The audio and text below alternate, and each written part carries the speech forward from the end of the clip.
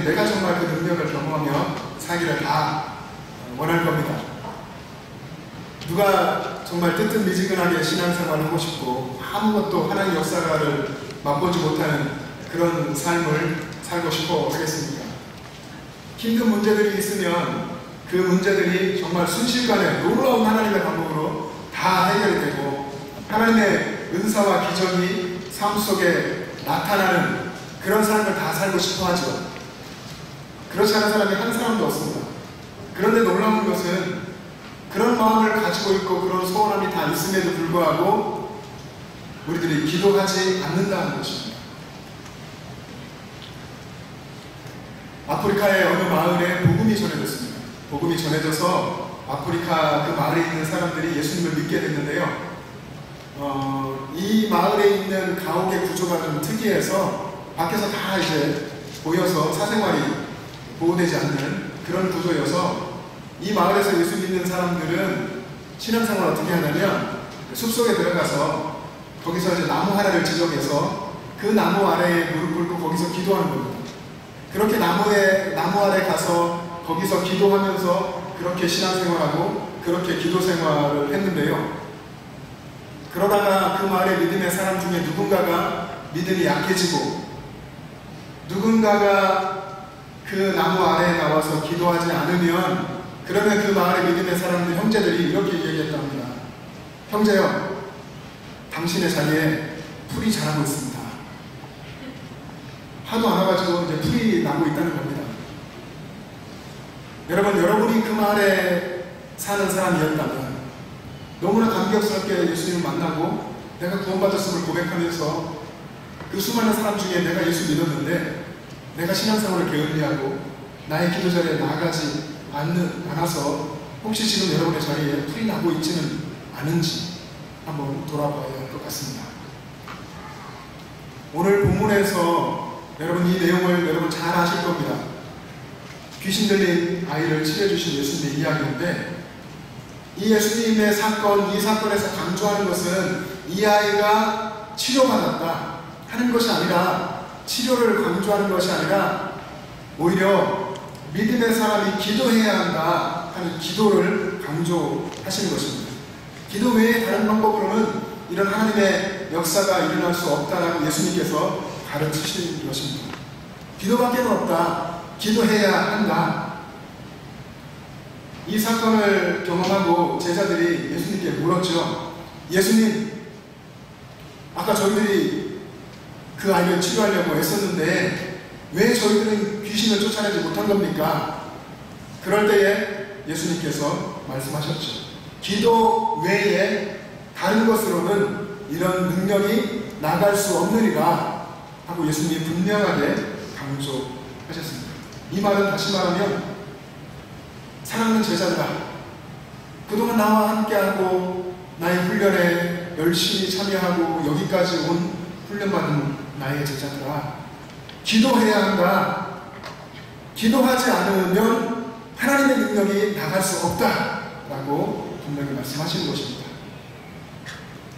여러분, 그동안 기도하며 나름대로 살아왔지만 오늘 이 예배를 통해서 여러분에게 기도의 문이 더 활짝 열리기를 주님의 이름으로 축복합니다. 옛날 이야기인데요. 어느 신부가 성당에서 매일 기도했습니다. 매일 정한 시간이 있고 그렇게 기도를 했는데 계속해서 기도하다가 그날도 이제 성당에 가서 기도하는데 하나님 아버지 하고 기도를 하는 거예요. 그 내용을 가지고 기도하는데 그 순간 그날은 하늘에서 음성이 들리는 겁니다. 하나님의 음성이. 그래, 내가 여기 있다. 그 음성이 들리는 순간 그 신부는 죽었습니다. 심장마비. 너무 놀래서. 이게 지어낸 우스갯소리이지만 어떤 면에서는 우리들의 문제를 또 여기에서 이야기하는 것 같습니다. 기도하지만 하나님께서 응답하실 것이라고 믿지 않고 기도하는 거죠. 하나님 역사하실 리가 없어 라고 은연 중에 생각하면서 그냥 습관처럼 기도하던 이 신부가 하나님의 음성이 들리니까 놀라 죽은 겁니다. 우리도 기도합니다. 여러분 기도 많이 하실 겁니다. 기도하는데 정말 기도하면서 내가 하나님을 바라보고 하나님께 집중하고 정말 예수님을 사랑해서 기도하고 그렇게 하고 있는지, 아니면 내게 집중하고 온 모든 것을 다해서 나만 바라보고 내 뜻 이루어 주십시오 라고 기도하고 있는 것은 아닌지, 기도하면서도 하나님께서 응답하실 것이라고 믿지 않고 기도는 기도대로 하고 또 인간적인 방법을 찾고 있지는 않은지, 그래서 내가 기도는 하지만 여전히 하나님의 역사와는 관계없는 그런 기도, 그런 인간적인 기도를 하고 있지는 않은지 돌아봐야 할 것입니다. 분명한 것은 오늘 본문을 통해서든 말씀드린 예화를 통해서든 지금 그리스도인들조차도 기도에 대한 기대감이 없다는 것입니다. 어떤 면에서는 기도를 하면서 기대하지 않는다고 하는 것은 기도를 무시하는 것입니다. 기도를 무시한다고 하는 것은 기도를 통해서 일하시는 하나님, 그 하나님을 무시하는 것입니다. 여러분, 정말 하나님이 살아계심을 여러분이 마음에 믿고 그 하나님께서 내 삶에 역사하시고 내 기도를 듣고 계시다고 하는 것을 여러분이 굳건하게 믿고 오늘도 기도의 자리에 나아갈 수 있기를 바랍니다. 하나님은 기도를 통해서 하나님의 능력을 나타내시고 기도를 통해서 하나님께서 우리의 상한 마음을 만져주십니다. 내가 어떻게 해야 될지 모르겠고 이 상황을 어떻게 헤쳐나가야 될지 모르는 그때에 하나님께 엎드리면 하나님이 만져주십니다. 하나님 위로해 주시고 다시 새 힘을 얻게 하시고 걸어가게 해주십니다. 내 앞에 아무것도 안 보이고 깜깜한 것 같을 때에 하나님께 엎드려 보십시오. 하나님께서 그 암흑 속에 길을 내십니다. 빛이 쫙 보이고 바다의 육지처럼 길이 생기죠. 사막의 강이 흐릅니다. 그것이 하나님의 역사입니다. 하나님께서 그렇게 인도하시는데 우리는 그것을 믿지 않고 그동안 기도를 잘 못해왔던 것이죠. 그래서 그렇게 기도를 많이 하면서도 많은 기도를 하나님께 드리면서도 능력 없는 기도를 했고 껍데기뿐인 기도를 했던 것입니다. 그렇기 때문에 하나님의 뜻을 잘 알지 못하고 하나님의 어루만져 주심을 우리가 경험하지 못하고 또 하나님의 인도하심을 잘 받지 못하고 여전히 하나님의 인도하심의 손길이 어디 있습니까? 묻고 있는 그런 모습일 때가 있는 것입니다.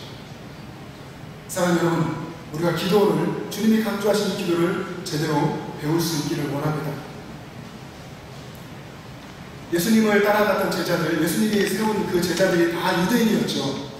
유대인들은 율법을 따라서 하나님의 주신 율법과 규례와 규정을 따라서 시간을 정하고 기도했습니다. 기도 많이 했습니다. 금식도 하고 정말 철저하게 기도하는 사람들이었죠. 그 유대인인 제자들이 예수님께서 기도하시는 모습을 보고 어떤 생각을 했을까요? 예수님께서 어떻게 기도하셨습니까? 여러분, 성경에 다 기록되어 있지 않습니까? 예수님께서는 새벽에 나가서 기도하셨습니다. 새벽 미명에 예수님께서 나가서 기도하셨고 정말 중요한 일, 예수님의 12제자 앞으로 교회를 세우고 하나님의 나라의 역사를 이루어갈 그 제자들을 세울 때에 밤이 새도록 기도하셨습니다. 정말 밤을 맞으며 기도하시고 새벽까지 기도하시고 그리고 제자들을 불러 세우셨습니다. 기도하는 습관이 있으셨고 그 습관을 따라서 계속해서 기도하셨습니다. 기도하러 수시로 산에 한적한 곳에 가셔서 기도했습니다. 유대인들은 그렇게 하지 않았죠. 유대인들은 시장에서 기도하고 길거리에 서서 기도하고 화려한 옷을 입고 기도하고 나 기도하고 있다, 나 기도하는 사람이야, 나 이런 사람이야 알려주려고 그렇게 했죠. 그러나 예수님은 다 잠자는 그 시간에 그리고 한적한 곳에 가셔서 오직 하나님 바라보면서 기도했습니다. 십자가를 앞둔 겟세마네의 동산, 그 고통스러운 그 자리에서 온 정말로 힘을 다해서 기도하실 때에 그때 흐르는 땀방울이 핏방울처럼 보였다고 했습니다. 그렇게 예수님께서는 기도하셨습니다. 그리고 오늘 본문에서도 기도 외에는 다른 방법이 없다, 기도해야 된다 라고 말씀하셨습니다. 우리를 위해서 십자가에서 대신 죽으시면서 아무 죄도 없는 예수님께서 십자가에서 죽어주시면서 그 고통스러운 순간에 자신을 십자가에 매달고 죽이는 그 유대 병사들을 향해서 용서의 기도를 하셨죠. 아버지, 저들을 사랑해 주옵소서. 자기들이 하는 것을 알지 못합니다. 예수님은 그렇게 기도하셨습니다. 제자들은 자신들이 배워왔고 자신들이 해왔고 자신들이 늘 하는 그 기도와 다른 예수님의 기도를 보면서 어떤 생각을 했을까요? 예수님께서 예수님의 전 생애를 통해서 예수님의 공생의 그 시간들을 통해서 제자들에게 기도를 가르쳐 주셨습니다. 예수님이 전 생애를 다 들여 기도를 가르치셨다고 하는 것은 예수님의 제자된 우리들, 예수님을 따라가고 싶은 우리들은 우리의 전 생애를 다해서 기도해야 한다는 것입니다. 순간순간 기도하고 늘 주님께로 가까이 나아가는 그 삶을 살아야 한다는 것입니다. 여러분 잘 아시는 종교개혁자 마틴 루터가 있습니다. 마틴 루터가 많은 책도 쓰고 유명한 회자들의 많은 말도 남겼는데요. 그 중에 이런 말이 있습니다. 그 당시에 이제 여러 직업이 있었는데요. 재봉사도 있고 구두수선하는 사람도 있었습니다. 그가 이야기하기를 재봉사가 옷을 빚는 것이 그의 일이고 구두수선공이 구두를 수선하는 것이 그의 일, 하나님이 주신 천직인 것처럼 그리스도인은 기도하는 일이 그의 일이다 라고 말했습니다. 그리스도인은 기도하는 것이 그의 일이다. 그리스도인 누구입니까? 예수님께서 십자가에서 생명을 내어주시고 피를 흘려서 그 피값으로 사신 사람, 그래서 예수 그리스도의 소유가 된 예수님의 사람, 거듭나 새롭게 살아가는 그 사람이 그리스도인인데 이 사람이 그리스도인답게 사는 것은 기도하는 것이다 하는 것입니다. 기도는 그만큼 믿음의 사람에게 특권인 것입니다. 기도는 예수님의 사람, 그리스도인만 할 수 있는 독특하고 거룩한 일입니다. 여러분, 여러분의 삶에서 이 특권을 포기하지 않고 이 하늘의 언어로 하나님과 이야기하며 매일 삶을 주님께 드리며 기도할 수 있는 여러분 되시기를 주님의 이름으로 축복합니다. 예수님께서는 사도 바울을 통해서 데살로니가전서 5장 17절에서 이렇게 이야기했습니다. 쉬지 말고 기도하라. 쉬지 말고 기도하라. 이 말씀이 굉장히 이제 부담이 됐었습니다. 저도 처음에. 이 말씀에 아마 여러분들 어떻게 쉬지 않고 기도할 수 있습니까? 라고 생각할지 모릅니다. 어떤 분이 이 말씀을 묵상하면서 이 말씀을 이렇게 해석했습니다. 예수님의 사람, 예수님과 구원받은 사람, 그 사람이 예수님과 함께 예수님의 십자가에서 죽고 예수님이 부활하신 것처럼 예수님과 다시 사는 사람이 되어서 예수님과 동행하면 그의 평생은 그 모든 삶은 하나님께 드리는 기도가 된다라고 이야기했습니다. 예수님으로서 내가 다시 살아서 새 사람 되고 예수님과 동행하고 예수님을 사랑하고 그렇게 살아가는 모든 삶, 그 삶은 주님께 드리는 기도가 된다는 것입니다. 여러분 여기 어린 아이들도 있고 우리 학생들도 있고요, 청년들도 있는데 그렇잖아요. 이제 사랑하고 누군가를 좋아하고 연애의 감정이 들고 그러면 떨어져 있어도, 만나다가 떨어져 있어도, 또 직장에 가도 거기 있어도 생각나잖아요. 지금 뭘 하고 있을까? 그 생각 많이 하잖아요. 사랑할 때는 그렇습니다. 우리가 예수님을 정말 사랑하고 예수님 나를 구원하셨고 그분이 나를 사랑하시고 내가 예수님을 사랑하면 삶의 모든 순간에서 예수님을 생각하게 되죠. 늘 그렇게 예수님과 동행하게 됩니다. 예수님의 뜻은 무엇일까? 내가 어떻게 하는 것을 예수님이 기뻐하실까? 이런 생각을 하며 살아가는 그 삶, 예수님과 사랑의 관계 속에 살아가는 그 삶이 곧 기도가 되는 것입니다. 찬송가, 우리 찬송가 364장은 내 기도하는 그 시간, 그때가 가장 즐겁다 하는 찬송인데요. 이 찬송을 작사하신 분이 월포드 목사님입니다. 이 목사님은 앞을 보지 못하는 맹인입니다. 앞을 보지 못하니까 얼마나 답답하겠습니까? 얼마나 정말로 불편하고 힘들고 괴롭겠습니까? 그런데도 하나님께 늘 기도하는 거죠. 그러면서 그가 고백하는 것이 그 기도하는 시간, 정말 내가 하나님께 집중하고 내가 하나님께 기도하는 그 시간이 가장 내 인생에 가장 즐겁다, 가장 기쁘다 라고 이야기했습니다. 이 세상 근심 걱정에 얽매인 나를 부르사 내 진정 소원 주 앞에 낱낱이 바로 아뢰어 큰 불행 당해 슬플 때 나 위로받게 하시네. 힘들고 어려운 그때 하나님께서 나를 위로하시네. 그래서 나는 이 기도하는 시간이 정말 즐겁습니다 라는 고백을 하는 것입니다. 기도할 때에 하나님이 만져주신다는 것이죠. 여러분도 하나님 앞에 나아가서 눈을 감고 하나님께 집중하며 더 깊이 기도할 수 있기를 바랍니다. 그때 주의 성령께서 여러분 가운데 임재하셔서 여러분의 마음을 만져주실 것입니다. 세상 그 무엇으로도 위로하지 못하고 무엇으로도 풀리지 않았던 그 마음이 하나님의 음성 들으며 그 마음이 풀리고 순간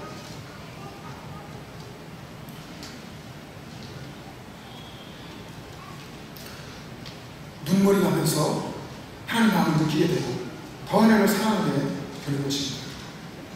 그래서 우리가 인생에 다 힘들고 어렵고 고통스러운데요, 기도할 때에 그 고난을 이길 수 있습니다. 기도할 때에 그 고난을 넉넉하게 이겨나갈 수 있도록 하나님께서 도우십니다. 기도하면 하나님의 뜻을 알게 됩니다. 하나님이 알려주시죠. 하나님이 알려주시고 기도하면 그래서 즐겁고 하나님 마음을 알게 되고 즐거워서 또 기도하게 되고 기도가 습관이 되고 매일 주님 앞에 나와서 기도할 수 있게 되는 것입니다. 이런 고백을 하는 분이 많이 있었습니다. 기도하니까 하나님이 이런 마음을 주셔요. 하나님이 이런 마음을 주셔서 목사님께 왔어요. 하나님이 기도하니까 전도하라고 하셔서 저 전도합니다. 저 평생 전도합니다. 그런 분들은 아파도 전도하더라고요. 힘들어도 전도하고 지팡이 짚고 나가서도 전도하고 그렇게 합니다. 기도하니까 하나님이 선교하는 마음 주셔서 제가 어떻게든 선교하고 싶습니다. 이런 마음을 하나님이 주시는 겁니다. 나는 이제 교육전서로부터 한 20여 년 이렇게 목회자로 섬겨왔는데 그러면서 그 많은 시간들 속에서 기도에 대해서 생각해 볼 때에 생각나는 두 분이 있습니다. 두 분 다 권사님이신데 한 분은 목동의 평광교회에 있을 때에 만났던 최 권사님이라는 분인데 오래돼서 제가 이름을 지금은 기억을 못합니다. 은퇴 권사님이셨는데 암 수술을 여러 번 하셨고 또 허리가 아프셔서 척추 수술도 여러 번 하셨고요. 협착증이 있고 또 신경을 눌러서 늘 뭐 다리가 저리고 그리고 그 배변 보는 것도 원활하지 않아서 늘 치료받으시고 정말 삶이 고통 같았어요. 그런 분이신데 그분은 늘 목회자들을 생각하고 또 늘 밝게 사시고 그런 분이셨습니다. 병원을 워낙 자주 다니시니까 집도 이제 병원 가까운 곳으로 이사하셔서 목동이니까 집값 비싸니까 작은 집에 사셨는데요. 신방을 하러 갔었습니다. 신방 가서 같이 좁은 거실에 앉아서 예배 드리고서 목사님 말씀하십니다. 목사님, 우리 집에 제가 기도하는 기도방이 있어요. 기도방이 따로 있다는 겁니다. 방도 없는데, 몇 개 없는데 기도방이 따로 있다는 겁니다. 보니까 가르치셔서 보니까 조그마한 이제 방이었는데요. 그 방에서 늘 기도한다는 겁니다. 교회 가지 못할 때 기도하고 항상 저는 여기서 기도합니다. 그러면서 제가 힘들 때는 수예배 못 나가는데 수예배 못 나갈 때는 여기서 제가 기도하는데요. 기도할 때 목사님 이렇게 기도해요. 하나님, 우리 교회에 지금 예배 드리는데요. 수예배 드리는데 많은 성도님들이 기도하는 그 모습 속에 하나님 저도 끼워주세요. 많은 성도님들이 찬송하며 하나님께 박수치며 그럴 때에 저도 거기다 끼워주세요. 많은 성도님들이 기도할 때에 제 기도하는 모습도 하나님 거기에 끼워주세요. 이렇게 기도한다고 하셨습니다. 얼마나 하나님을 사랑하고 기도하시는지 정말 마음 깊이 새겨져서 잊을 수 없는 권사님입니다. 또 한 분은 장석교회의 박영춘 권사님이라는 분인데요. 얼마나 활동적인지 모릅니다. 뭐 사내 대장부 같기도 하고요. 운동도 정말 좋아하십니다. 우리 영천제일교회 권사님들도 운동 좋아하시고 축구 잘하신다고 들었습니다. 그래서 권사님들하고 축구하지 말라는 얘기도 들었는데 이 권사님이 정말 운동 좋아하셔요. 특별히 배드민턴을 좋아하셨는데 배드민턴 운동은 제가 잘은 모르는데 이 요즘 말로 클래스라고 그러잖아요. 이 수준이 차이가 엄청나게 많이 있는 것 같더라고요. 권사님 아마추어인데 아마추어 동호인 그 클래스에서 A조, 가장 잘하는 분들이죠. A조에 속한 권사님이셨습니다. 대회 나가면 뭐 상품을 받고 상금을 받고 이러셨는데, 이 권사님께서 늘 그렇게 운동하시고 활동적으로 교회 봉사하시면서도 항상 성경 쓰기, 성경 필사를 계속 하셨습니다. 신방하러 갔더니 권사님께서 권사님 기도하는 방이 있다고 말씀하시고 방으로 안내하시더라고요. 방을 갔더니 정말 예전에 워룸이라고 하는 영화가 개봉되었는데 그 기도하는 공간을 만들고 거기서 사단과 대적하며 기도하는 그런 내용의 영화였습니다. 마치 그런 곳이 생각났는데, 권사님 그 방에 가니까 기도 이제 작은 의자도 있고요, 책상도 있고, 책상 위에 성경 필사한 책이 놓여 있는데 5권 정도 놓여 있었어요. 5권을 필사했고 지금까지 한 권은 지금 계속하고 있는데 손주가 6명인데 하나씩 다 줄 거라고 6번째 필사를 하고 계셨고요. 방에 이제 모든 벽면에 기도 내용을 쓰셔가지고 기도 내용을 손수 다 기록해서 거기에 다 붙여놓으셨어요. 나라를 위한 기도, 교회를 위해서도 목사님 기도해요. 목사님들 위해서도 기도합니다. 그리고 우리 가족들, 손주들 위해서 기도합니다. 다 붙여놓고 늘 거기서 기도하신다고요. 그렇게 하나님께 헌신하고 활동적이고 또 기도하셨던 이 권사님이 어느 날 병에 걸리셨습니다.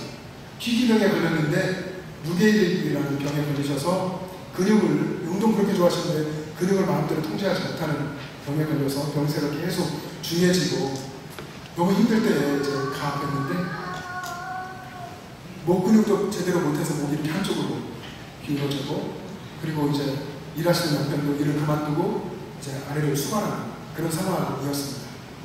근데 그런 투병의 과정 속에서도 권사님은 할 수 있는 대로 교회를 나오려고 했었고, 그리고 언제나 마음이 항상 평안해 보였어요. 늘 평안하고, 오히려 다른 권사님들 위로하고 또 목회자들을 위로하시고, 목사님 걱정하지 마세요, 염려하지 마세요 하면서 늘 그렇게 말씀하시는 권사님이셨습니다.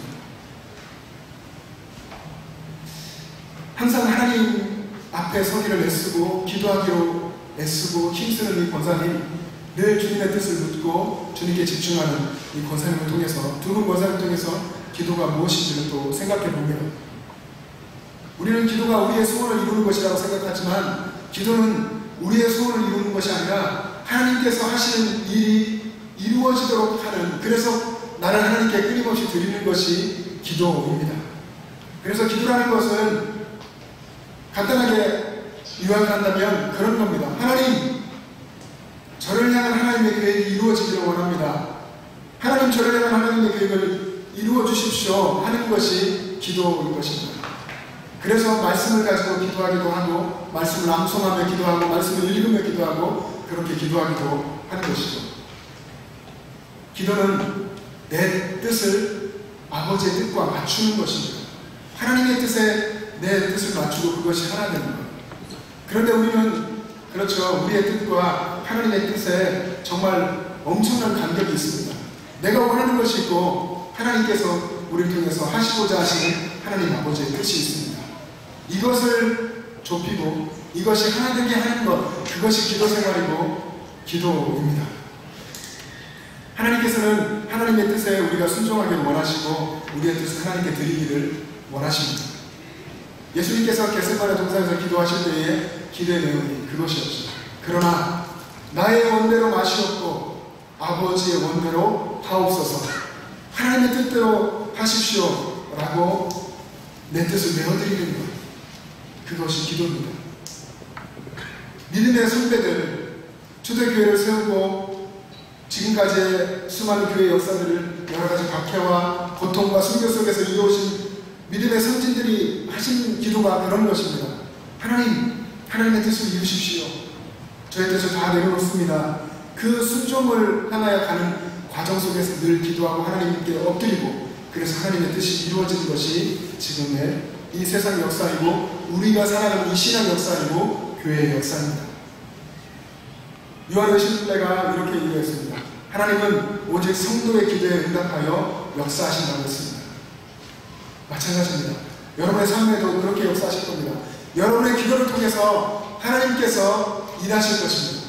하나님께서는 여러분을 통해서 일하기를 원하십니다. 그런데 우리가 기도를 게을리하면, 우리가 기도 생활을 게을리하고 기도하지 않으면, 우리의 기도의 자리에 풀이 나기 시작하면요, 우리는 교회 생활을 게을리하게 됩니다. 미워하는 사람이 생기게 되고 또 신앙생활이 형식적으로 바뀌게 되는 것을 보게 됩니다. 기도를 멀리하면 그렇습니다. 그렇기 때문에 쉬지 말고 기도하라 라고 하는 것입니다. 내가 예수님과 함께 죽었다는 것을 고백하고, 내가 예수님으로 인해서 지금 살고 있다는 것을 고백하고, 그래서 예수님께 집중하고 예수님을 더 사랑하며 살아가고 늘 주님을 생각하며 주님과 동행하는 그 삶을 살기를 원하시는 것입니다. 사랑하는 여러분, 오늘부터 여러분 정말 기도하는 삶을 살아가시기를 주님의 이름으로 축복합니다. 여러분께서 주님 정말 저 이제 진짜 기도하는 삶을 살기 원합니다 라고 여러분이 고백하고 그렇게 결단하면 성령님께서 여러분을 도와주실 것입니다. 성령께서, 여러분 안에 계신 성령님께서 여러분이 기도할 수 있도록 이끌어 주시고 인도해 주실 것입니다.